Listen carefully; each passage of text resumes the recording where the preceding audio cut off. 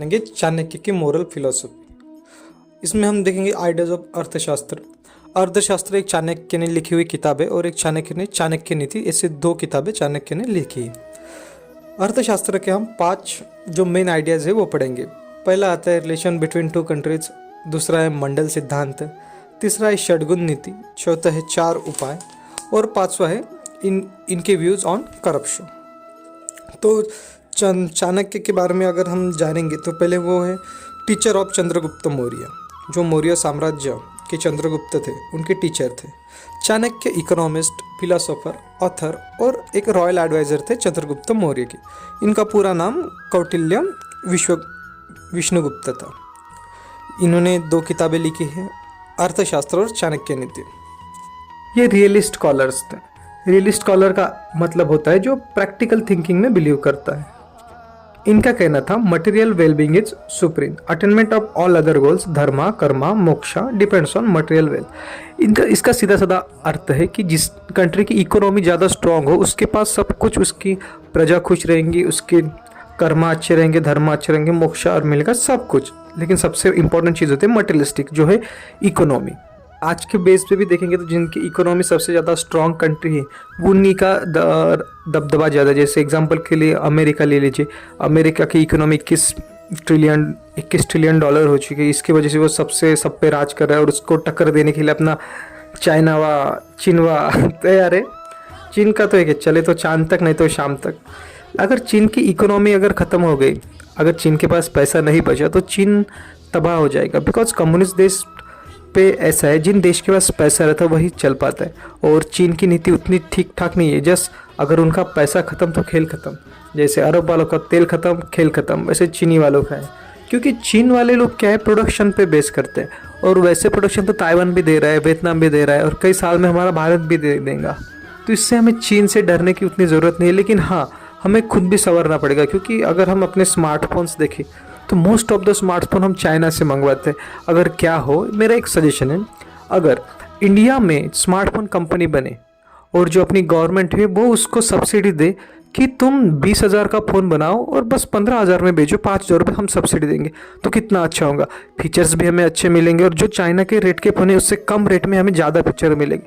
अगर ये प्लान कर लिया तो हम चाइना के जो मार्केट है उसको हम इजीली हटा सकते हैं और इससे हमारे भारत की जीडीपी बढ़ेंगी, रोज़गार भारत में ज़्यादा बढ़ेगा। तो रोज़गार कैसे नहीं, रोज़गार पैदा किए जाते हैं भाई, रोज़गार ऐसे बनते नहीं। ओके, तो अब हम देखेंगे मेन आइडिया ऑफ अर्थशास्त्र। अर्थशास्त्र का मेन आइडिया है कि एक अच्छा स्टेट बने। अच्छा स्टेट में सबसे इंपॉर्टेंट होता है पैसा। जिनके पास सबसे ज़्यादा पैसा है वो स्टेट उतना अच्छा रहेगा। अर्थ का मतलब है मटेरियल वेलबींग। मटेरियल मतलब तो आता पैसा। पैसा सब कुछ नहीं होता, लेकिन पैसा भगवान से कम भी नहीं होता भाई। अगर आपके पास पैसा है तो आपको अच्छे से लाइफ मिलेगी, रिस्पेक्ट मिलेगी। क्योंकि हम एक ऐसे समाज में रहते हैं जहाँ इज्जत पैसे देख कर दी जाती है, सुंदरता को रंग से देखा जाता है और शिक्षा को मार्क्स से देखा जाता है दोस्त। तो इसका अर्थशास्त्र कौटिल्य ने ये सही बात की है। कौटिल्य कितने 323 बीसी पुराने कौटिल्य। देखो उन्होंने क्या कहा कि क्या इंपॉर्टेंट है हमारे लिए। बताए किंग का काम क्या होता है। किंग का काम है जो अपनी प्रजा की रक्षा करे और जो उनका पैसा है उनको सुरक्षा करे। पहले के ज़माने में सबसे ज़्यादा अमीर कौन होते थे, जिनके पास ज़्यादा ज़मीन हो। तो इनका फोकस था कि ज़्यादा से ज़्यादा ज़मीन हम एक्वायर कर सके। हमने बेसिक ओवरऑल जान लिया है। और एक बात बताता हूँ धनानंद के बारे में।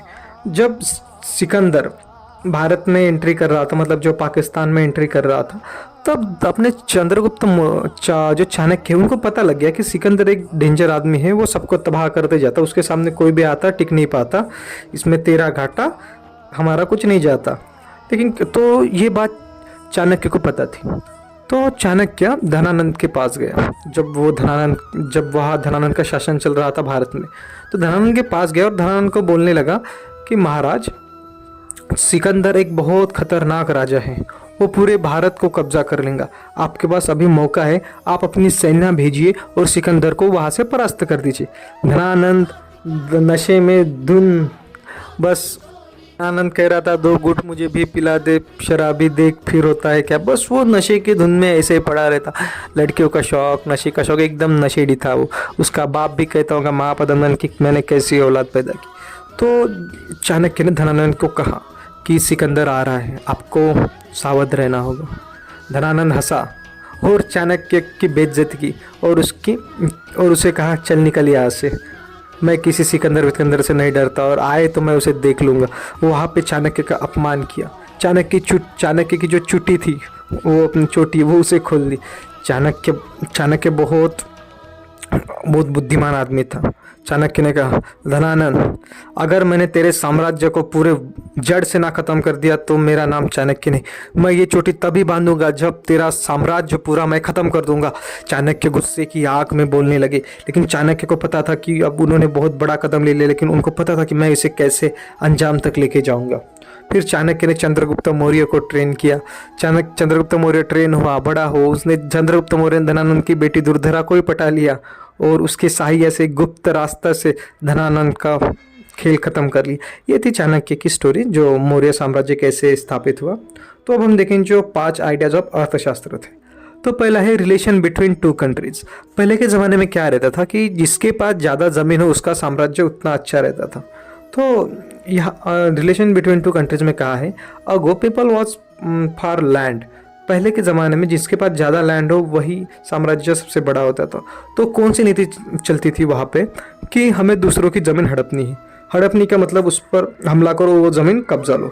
जो भी हमारे नेबर हुए वो हमारे सबसे बड़ा एनिमी रहेगा, क्योंकि हमने देखा है, अगर हमारे सोसाइटी में देखो, अगर हमने कोई होम थिएटर लिया, एक अच्छा होम थिएटर लिया और साइड वाले के पास अच्छा होम थिएटर नहीं है, तो सबसे ज़्यादा जलने वाला हमारे साइड वाला होगा।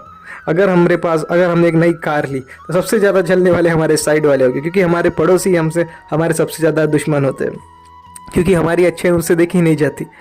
If state are not continue grow then it is perish. मतलब अगर स्टेट ज़मीन हथियाता नहीं रहा तो वो उसका सर्वनाश हो जाएगा, उसका नामो निशान मिट जाएगा। तो यही था रिलेशन बिटवीन 2 कंट्रीज। इसका मतलब है जो हमारा पड़ोसी राज्य रहता था वही हमारा सबसे बड़ा दुश्मन रहता था। दूसरा है मंडल सिद्धांत। मंडल सिद्धांत कहता है कि हमारे बहुत सारे नेबर्स हो सकते हैं, जैसे friendly neighbours, enemy neighbours, neutral neighbours. तो हमें उनके साथ कैसे हैंडल करना चाहिए। एज पर मंडल सिद्धांत, enemy becomes a natural friend. मतलब दुश्मन का दुश्मन हमारा दोस्त होता है। तो ऐसे हमें नीति अपनानी चाहिए। तो तीसरे अभी षडगुण नीति। षडगुण नीति सबसे अच्छी है। अगर भारत ने ये नीति अपनाई तो भारत तो बहुत आगे जाएगा। षडगुण नीति क्या कहती है? षडगुण नीति में छह प्रस्ताव दिए। पहला है संधि। अगर आपका शत्रु स्ट्रांग हो, अगर आपका एनिमी स्ट्रांग हो और आप कमजोर हो तो हमें उसके साथ दोस्ती करनी चाहिए, जैसे अंग्रेजों ने की थी। दूसरा है विग्रह। जब आप अपने दुश्मन से ताकतवर बन जाओ तो वो संधि तोड़ दीजिए। तीसरा है आसना। आसना मतलब ये क्या है? जैसे अमेरिका का पास बहुत पावर है और अमेरिका चाइना का दुश्मन है, तो अमेरिका ने क्या किया, जो सैन्य है वो चाइना के पास तैनात कर दी। तो इसी का अर्थ है आसना। आसना मतलब अपनी सेना अपने एनिमी के सामने तैनात कर दो। चौथा है याना। याना मतलब ट्रेनिंग करते हो, युद्धाभ्यास करते हो। जैसे हम भारत अमेरिका के साथ युद्धाभ्यास करते थे चाइना के बॉर्डर पर। मतलब इसको डर लगना चाहिए अपने सामने वाले एनिमी को कि हाँ ये बंदा कुछ ना कुछ तो कर रहा है। पांचवा है समश्चर्या। समश्चर्या का अर्थ ये होता है कि दुश्मन का दुश्मन हमारा दोस्त। मतलब चाइना का दुश्मन है अमेरिका। अगर हमने अमेरिका का संधि कर ली तो ऑटोमेटिकली चाइना पर परिणाम पड़ेगा। और छठवा है द्वैध भाव। द्वैध भाव का सीधा साधा अर्थ ये है कि दो कुत्ते कितने भी भौंक रहे हो, एक साथ कभी अटैक करने मत जाओ। एग्जाम्पल के तौर पे पाकिस्तान भौंकता रहता है और चाइना भौंकता रहता है। ये दोनों यही चाहते हैं कि ये हम इंडिया वाले एक साथ चाइना और पाकिस्तान पे अटैक करें। लेकिन हम भी होशियार हैं, हमने भी भाई अर्थशास्त्र पढ़ा है। हम भी कोई पत्थर से ना मारे मेरे दीवाने को, बम का जमाना है, उड़ा दो साले को। देखेंगे भाई, चाइना को भी देखेंगे, पाकिस्तान को भी देखेंगे, क्योंकि कुत्ता कितना भी भौंके कुत्ता कुत्ता ही रहता है। और जो हमारा इंडिया का हाथी है वो कुत्ते को तो ईजिली कुचल जाएगा। और ड्रैगन को चाइनीज़ है, वो क्या बोलते चाइनीज़ मंचूरियन चाव माव खाते रहते हैं और बस ऐसी चलते। उन्होंने कुछ पावर नहीं से कुंफू सीखते। हाँ हो। हमारे भारत के 6-6 फीट के आदमी है भाई, सैन्य वाले। एक हाथ मार दे तो 2-4 तो ऐसे ही गिर जाएंगे चाइना वाले। तो ये हमने षडगुण नीति सीखी। षडगुण नीति में पहले सीखे संधि, विग्रह, तीसरा आसना, चौथा याना, पांचवा समश्चर्या और छठवा है द्वैध भाव। और सबसे फेमस है 4 उपाय। 4 उपाय में हमने दाना है साम, दाम, भेदा, दंड। तो कौटिल्य कहते हैं साम। मतलब अगर कोई मामला हमें शांत करना है तो हमें पहले साम मेथड इस्तेमाल करना चाहिए। मतलब पीसफुली एकदम आओ, उंगली मत खड़काओ राजा, सीधा अंदर आओ राजा। हम एकदम अच्छे से शांत फ्री वो मैटर सॉल्व करेंगे। दूसरा है दाम, पैसे देकर। यार पाकिस्तान ज़्यादा भोगता है, दो पाकिस्तान के पास क्या है, अभी तो कुछ पैसा नहीं है, कुछ नहीं, चाइना उसको फंडिंग दे रहा है। अगर भारत वालों ने चाइना को ऐसे पैसे फेंक देने ले उठा ले तो पाकिस्तान चुप हो जाएगा, क्योंकि अभी तो उसकी इकोनॉमी पूरी तबाह हो चुकी है। थर्ड है भेदा। भेदा मतलब क्या, यूज लॉजिक, ब्लैकमेल करो। क्या जा रहा है, जो अफगानिस्तान में क्या बोलते गेहूं की कमी पड़ गई थी, तो भारत ने बहुत सारे ट्रक गेहूं के भेजे अफगानिस्तान में। तो अफगानिस्तान में जाने का रास्ता है पाकिस्तान। तो पाकिस्तान के जो पीएम है वो कहने लगे नहीं, हम एक ही शर्त में आपको जाने देंगे, अगर जो ट्रक है उस पर हमारे पाकिस्तान का लोग होना चाहिए। देखो कुत्ते के पास कुछ है तो नहीं, लेकिन बोल क्या रहे, हमारा हमारा दिमाग लगा रहे थे। हम भी कम होशियार है, हमने अमेरिका से बात की, अरे इस कुत्ते को आईएमएफ का फंड चाहिए था, आईएमएफ का फंड कैंसिल कर दो। पाकिस्तान घबरा गया, साला एक बाहर से मदद मिल रही, ये भी नहीं मिलती तो चुपचाप हो जाए। तो पाकिस्तान चुपचाप एकदम नीचे मुंह करके बोले, भारत जी आप जाओ, अब जाओ। तो ये थे हमारे 4 उपाय। 4 उपाय में हमने देखा भेदा। उसके बाद आता है दंड। दंड मतलब अगर वही कोई पत्थर से ना मारे मेरे दीवाने को, बम का जमाना उड़ा दो उस साले को।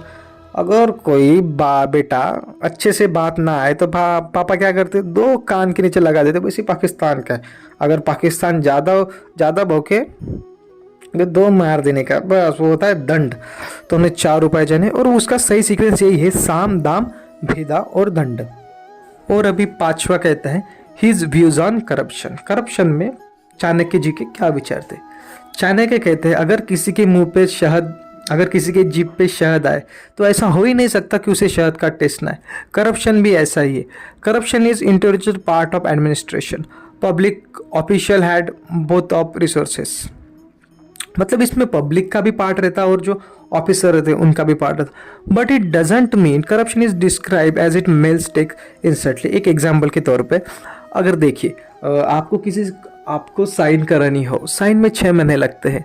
और अगर आप कलेक्टर के ऑफिस में गए, अगर वो आपके पहचान का हो, आप कलेक्टर ने उसको साइन करके दी, तो इसका मतलब ये तो नहीं कि वो सीधा साधा करप्शन कर रहे। तो करप्शन एक इनडायरेक्टली भी हो सकता है, क्योंकि उसको 6 महीने बाद भी साइन कर रहे थे और अभी भी साइन करनी थी। Problem in handling corruption. अब कब करप्शन को हैंडल कैसे करते, तो सबसे बड़ा प्रॉब्लम होता है करप्शन डिटेक्शन। करप्शन पता ही नहीं चलता कि कहाँ पे हो रहा है। तो अब हम देखेंगे चाणक्य के करप्शन को कंट्रोल करने के कुछ मेथड्स। पहला कहता है राइट सीजिंग द ब्यूरोक्रेसी। मतलब ज़्यादा ब्यूरोक्रेट नहीं होने चाहिए, कम से कम ब्यूरोक्रेट होने चाहिए और अच्छा काम पर। मतलब जैसे नरेंद्र मोदी जी का कहना था, कम गवर्नमेंट लेकिन ज़्यादा काम। दूसरा है transfer the officials before they understand the loop holes in office. अभी देखिए क्या रहता कि 4-4, 5-5 साल तक किसी ऑफिसर के ट्रांसफर नहीं होती, तो वो क्या करते, एक ना एक लूप होल्स देख लेते हैं। हाँ, इस चीज़ से हम पहचान सकते हैं, क्योंकि उसको एक आइडिया हो जाता है कि 2 साल में तो उसको पूरा आइडिया हो जाता है कि कहाँ से पैसे छापना है। तो हमें जल्दी से जल्दी उनका ट्रांसफ़र करना चाहिए। तो यही नीति हम अपनाते हैं कि हमारे जो ब्यूरोक्रेट रहते हैं हम उनको ट्रांसफ़र करवा देते हैं सब जल्दी से जल्दी। थर्ड है give security and reward to whistleblower. मतलब जो बताते हैं कि हाँ इन्होंने यहाँ पे करप्शन किया, इन्होंने यहाँ पे करप्शन किया है, इन्होंने 100 एकड़ की ज़मीन को बस 50 एकड़ दिखाया है। तो ये जो करप्शन रहता है, जो बताते हैं उनको हमें रिवॉर्ड देना चाहिए और सिक्योरिटी देनी चाहिए। Punish entire chain not just the official. मतलब जो जिसने करप्शन किया बस उसको नहीं, पूरी चेन को हमें पनिशमेंट करना चाहिए, तभी सुधरेंगे। एक को मारो, एक को नहीं, पूरे पब्लिक को मारो, ऐसे मारो कि सामने वाला फिर वो गलती करने से ही डरे। 5 है पब्लिक मिलिट ऑफ करप्ट ऑफिशियल्स। मतलब जो करप्ट ऑफिसर हुए उनकी बदनामी कर दो कि उन्होंने ऐसा किया वैसा किया। इंसान बदनामी से नहीं, बदनामी अगर किसी इंसान की हो गई तो वो कुछ नहीं कर सकता, क्योंकि धन गया न कुछ भी, स्वास्थ्य गया कुछ जाता है, स्वाभिमान जो गया मनुष्य का समझो सब कुछ लुट जाता है। क्योंकि इंसान में सबसे इंपॉर्टेंट चीज़ है स्वाभिमान, सेल्फ रिस्पेक्ट। अगर वो चला गया, अगर इंसान की इज्जत नहीं रही तो उसको कोई कुत्ता भी नहीं पूछता। 6 रिवॉर्ड द ऑनेस्ट ऑफिसर। जो ऑफिसर एक अच्छा काम कर रहे हैं उसे रिवॉर्ड दो। हम उनको जितना ज़्यादा रिवॉर्ड देंगे उनको भी लगेगा कि हाँ ऐसा हो रहा है ऐसा। और 7वां है पनिश द ब्राइबर। जो ब्राइब ले रहे हैं उनको तो पनिश करना ही चाहिए। एक एग्जाम्पल के तौर पे, अगर आपके ज़िले में एक नेता है, वो बहुत बड़ी बड़ी बातें करता है कि मैं करप्शन तो करता ही नहीं, ये दुनिया पित्तल दी, ये दुनिया पित्तल दी, ओ बेबी डॉलर में सोने दी। मैं करप्शन नहीं करता, हमें करप्शन नहीं करना चाहिए, हम मैं ये करूँगा वो करूँगा, और क्या हो कि वही आदमी सबसे ज़्यादा करप्ट हो। तो आपके पास एक उपाय रहता कि उस आदमी को बुलाओ, नहीं उसे मारो मारो मत, उसकी कंप्लेंट मत करो भाई, आपको उसको सुधारना है। तो आप क्या करेंगे, उस नेता को बुलाओ एक कॉलेज में, बोलो और बोलो करप्शन की उस पर स्पीच दो, और एक ऑडिशन लो, एक क्या बोलते प्रोग्राम बनाओ, और उससे ही बुलाओ कि करप्शन क्या चीज़। तो उसको भी धीरे धीरे पता चलेगा, हाँ यार साला मैं तो गलत कर रहा था। तो बस हमने यही देखा आज चाणक्य की मॉडल फिलोसॉफी, आइडियाज ऑफ अर्थशास्त्र। तो हमने देखा कि अर्थशास्त्र में क्या होता है। जैसे हमने 5 आइडियाज़ देखे, अर्थशास्त्र, रिलेशनशिप बिटवीन 2 कंट्रीज, मंडल सिद्धांत, षटगुण नीति, 4 वे उपाय, and 5 his views on corruption. तो ये था अर्थशास्त्र के इसमें। अगर आपको चाणक्य की पूरी बायोग्राफी चाहिए तो मैं वो भी दे दूंगा, बस आप मुझे कमेंट कर दीजिए। अगर आपको और कुछ इथिक्स में अगर वीडियो चाहिए या अलग सब्जेक्ट में, तो आप मुझे कमेंट कर दीजिए, मैं वो जल्द से जल्द अपलोड करने का प्रयास करूँगा। तो बस इसी के साथ इतना ही। जय हिंद दोस्तों, फिर मिलेंगे अगले वीडियो में।